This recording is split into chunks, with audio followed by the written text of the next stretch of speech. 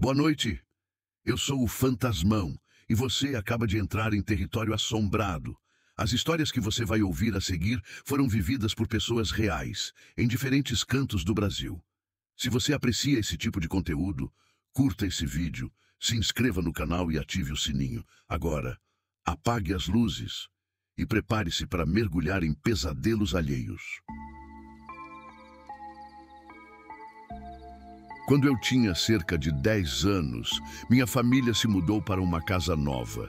Era uma daquelas mudanças que a gente acredita que vai mudar tudo para melhor. Meus pais estavam animados, meu irmão corria de um lado para o outro e eu só conseguia olhar para casa. Ela era grande, mais do que qualquer outra em que já tínhamos morado. A fachada era pálida, com janelas enormes de madeira escura. Um jardim mal cuidado ocupava o quintal da frente, e atrás havia um terreno tão extenso que parecia sumir no mato alto. Era como se a casa tivesse sido esquecida por muito tempo antes de chegarmos ali. Mas meu quarto... o meu quarto era um sonho, enorme, arejado, com uma janela que dava para o fundo da casa. Era quase 2 vezes maior que o da minha mãe. Passei os primeiros dias decorando tudo. Pôsteres, videogames, meus livros e meu cantinho de desenho. Era meu santuário. E durante o dia, tudo parecia perfeito. Mas quando o sol se punha e o silêncio tomava conta da casa, alguma coisa mudava. No começo eram apenas sensações. Um frio repentino, mesmo em noites quentes. Um calafrio que começava na nuca e descia pela espinha. Aquela impressão de estar sendo observado, mesmo trancado no quarto com a porta fechada. Eu tentava ignorar, dizia a mim mesmo que era coisa da minha cabeça, adaptação, talvez medo da mudança, mas não era. Logo começaram os sussurros. No meio da madrugada, eu acordava com alguém me chamando pelo nome. Às vezes era quase um sussurro arrastado, outras vezes parecia uma voz firme, até autoritária. Eu me sentava na cama, olhava em volta e não via ninguém. O corredor escuro, a casa em silêncio. E mesmo assim, aquela voz ecoava nos meus ouvidos como se ainda estivesse ali. Comecei a me perguntar se estava ficando louco. Perguntei ao meu irmão se ele tinha entrado no meu quarto durante a noite. Ele negou com convicção. Minha mãe me olhou preocupada, mas também disse que não tinha ouvido nada. Meu padrasto achou que fosse brincadeira e zombou de mim. E foi aí que percebi. Ninguém mais ouvia. Com o tempo, os sussurros deram lugar a algo mais físico. Eu comecei a sentir toques. No braço, na perna, no rosto. Como dedos gelados passando levemente sobre a pele. Às vezes, eu sentia que alguém me balançava para acordar. E quando abria os olhos, não havia ninguém. Numa dessas noites, acordei com uma sensação horrível de estar sendo observado. Me virei na cama e, de pé na porta do quarto, havia uma figura alta, vestida inteiramente de branco. Não consegui ver o rosto. Era como se uma sombra profunda escondesse tudo do pescoço para cima. Mas eu sabia que ele me encarava. Fiquei paralisado. Não conseguia gritar, não conseguia respirar. Tentei cobrir o rosto com o lençol, mas era como se meu corpo não me obedecesse mais. O ar ao meu redor ficou pesado. Comecei a sentir falta de ar. Um desespero tomou conta de mim. Eu tentava me mexer e nada acontecia. Minha garganta queimava de tanto tentar gritar. E então, como num estouro de energia, consegui puxar o lençol e me sentar. A figura já não estava mais ali, mas a sensação de pavor não passava.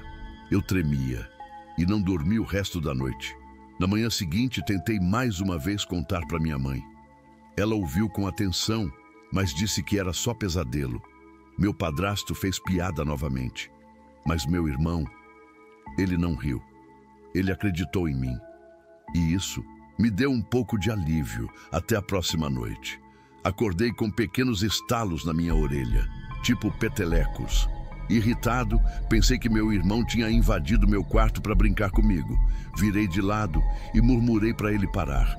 Mas os estalos continuaram, mais fortes. Virei com tudo para acertar um soco e atingir alguém. Mas minha mão bateu com força na quina da escrivaninha.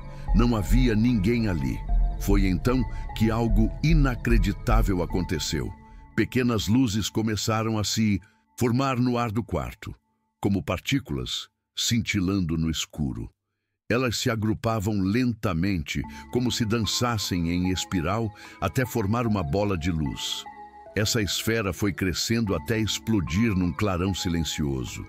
Dela surgiu novamente o homem de branco, agora mais nítido. Ele estava parado, imóvel, com um livro preto nas mãos. A capa tinha uma cruz invertida, desgastada, como queimada. Seu rosto ainda era uma sombra viva, um buraco negro. Comecei a gritar, alto, desesperado. Meu irmão acordou no quarto ao lado e tentou se levantar, mas no instante em que olhou na direção da porta, seu corpo foi jogado de volta na cama, como se tivesse sido empurrado por uma força invisível. Eu gritava com tudo que tinha, até meu padrasto arrombar a porta do quarto e entrar correndo. Ele atravessou o homem como se fosse fumaça. Quando acendeu a luz, a figura desapareceu. E eu só consegui dizer, apaga a luz. Só apaga. A partir dessa noite, não consegui mais dormir sozinho. Fui para o quarto da minha mãe. E mesmo ali, às vezes, sentia a presença dele. No canto do cômodo, na beirada da cama, nos espelhos do guarda-roupa. Anos depois, minha mãe, pressionada por uma amiga, me levou a um centro espírita. Durante a sessão, algo tomou conta do ambiente. O ar ficou denso, e foi ali que eu o vi novamente, de pé ao lado da mesa. Pela primeira vez vi seu rosto. Era calmo, sereno. Ele sorriu para mim e disse, sem mover os lábios, eu sou Renato, irmão da sua mãe, seu tio. Você nasceu com o dom e eu vim guiar você. Depois disso, minha mãe chorou. Disse que tinha mesmo um irmão chamado Renato que morreu antes de eu nascer. Eu nunca o conheci, nunca soube dele, mas ele estava ali, vivo, me observando desde o início. Hoje, prestes a completar 19 anos, eu sei quem sou. Não tenho mais medo, porque agora entendo. Renato nunca quis me assustar. Ele queria me despertar. Sou médium. Vejo e ouço espíritos como vejo qualquer pessoa. Recebo mensagens, psicógrafo cartas de pessoas que já partiram. Ajudo entidades a encontrar paz e pessoas a encontrarem respostas. Minha vida nunca mais foi a mesma depois daquela casa, porque ela não estava assombrada, ela era meu portal. Foi ali que tudo começou. Minha família decidiu comprar um sítio antigo no interior do Paraná, mais precisamente em Pinhal do Sudoeste. Me lembro bem do dia em que fomos conhecer o lugar. A estrada de chão batido se estendia por quilômetros, cortando campos e matas fechadas. O ar parecia parado, espesso, e tudo ao redor exalava um cheiro de terra molhada, folhas secas e um leve aroma de mofo, talvez vindo do tempo que aquela propriedade estava fechada. O sítio era imenso, com vegetação densa por todos os lados, cercado por árvores antigas e um silêncio opressor que parecia engolir o som dos nossos próprios passos. No centro da propriedade, havia uma casa de madeira muito velha, um casarão de 4 quartos, todo empenado e escurecido pelo tempo, com janelas de vidros trincados e telhas quebradas. A varanda da frente rangia ao menor toque, como se protestasse contra nossa presença. Logo ao chegarmos, fomos recebidos por alguns vizinhos do vilarejo mais próximo. Um deles, um senhor de idade, olhou para o casarão com certa tristeza e disse algo que nos causou desconforto imediato. Esse lugar tem história. A dona que morava aí morreu de um jeito feio, coisa de amante. Foi esfaqueada no quarto dos fundos. Nunca mais ninguém morou aí por muito tempo. Achamos que fosse conversa de gente do interior querendo assustar forasteiros. Minha mãe riu desconfortável. Meu pai agradeceu a preocupação do senhor e seguimos com o plano. Eu, sinceramente, não dei muita importância na hora. Sempre fui cético, criado na cidade grande, e achava que essas histórias eram fruto de imaginação fértil ou crendice popular. Mas isso durou exatamente até a primeira noite. Estávamos exaustos da mudança. A casa ainda cheirava a abandono. Havia móveis velhos cobertos por lençóis e uma espessa camada de poeira sobre tudo. Passamos o dia limpando, organizando o básico para dormir. E mal anoiteceu, todos estávamos mortos de cansaço. Algo, no entanto, me incomodava desde o começo. O banheiro e a cozinha eram em construções separadas do casarão principal. Isso nos obrigava a sair da casa à noite, andar pelo quintal escuro, entre as árvores e os arbustos, sempre sob o risco de tropeçar em algo ou encontrar algum animal. Naquela primeira madrugada, acordei com vontade de ir ao banheiro. Peguei uma lanterna que mal funcionava. A luz falhava, pulsava fraca, e saí com receio. O vento batia nas árvores, fazendo com que seus galhos arranhassem o telhado como unhas. Atravessar o quintal foi uma pequena tortura. Quando cheguei na lateral da casa, onde ficava o banheiro, senti que não estava sozinho.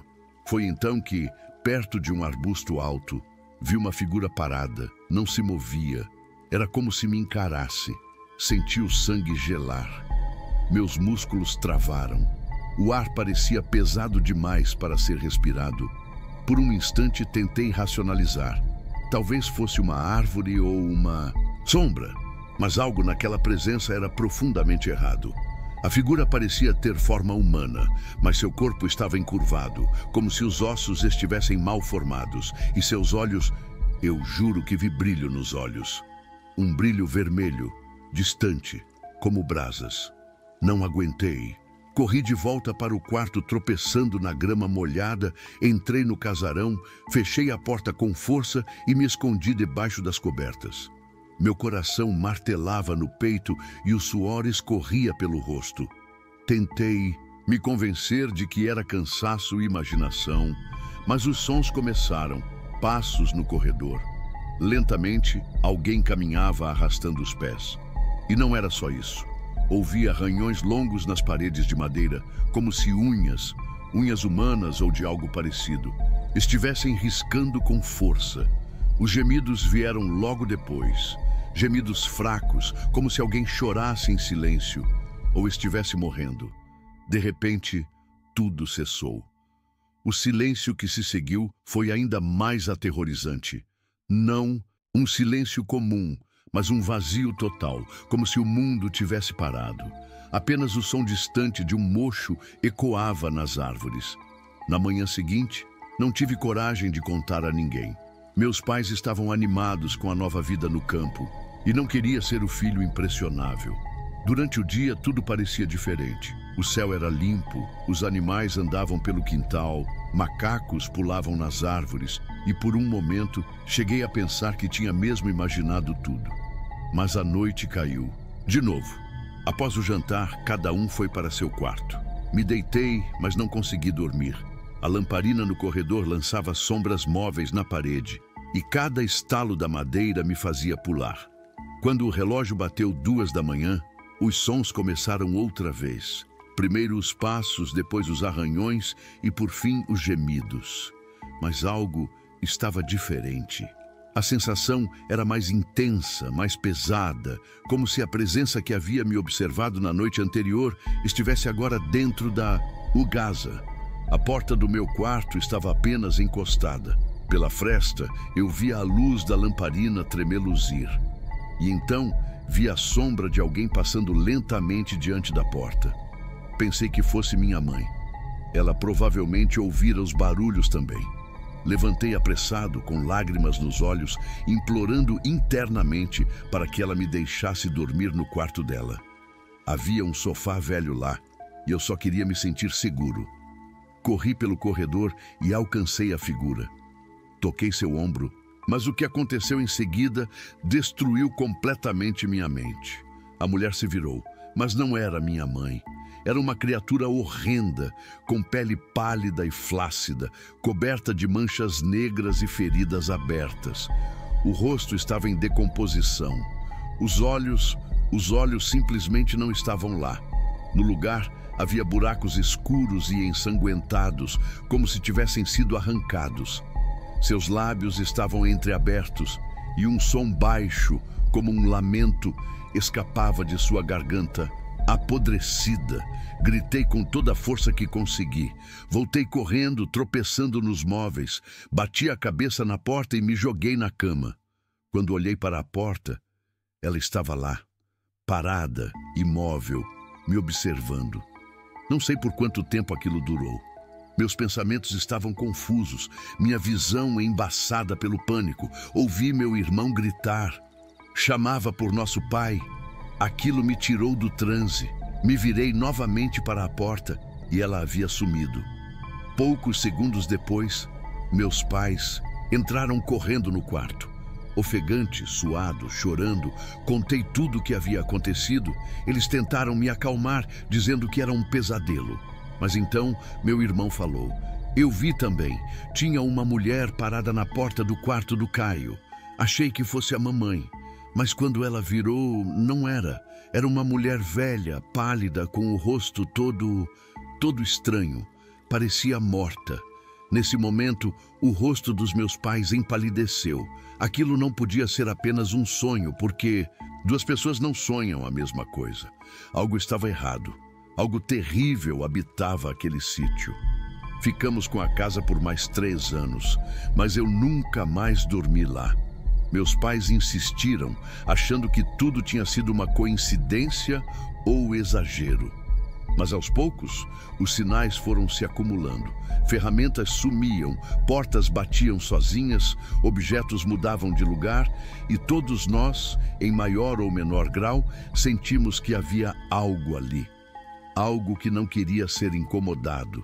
No fim, meus pais decidiram vender o sítio. Nunca voltamos. Mas aquela mulher, aquela presença, aquela noite, isso ficou comigo. E até hoje, às vezes, nos meus sonhos, eu vejo novamente os olhos vazios daquela figura parada na porta. E acordo com o grito entalado na garganta.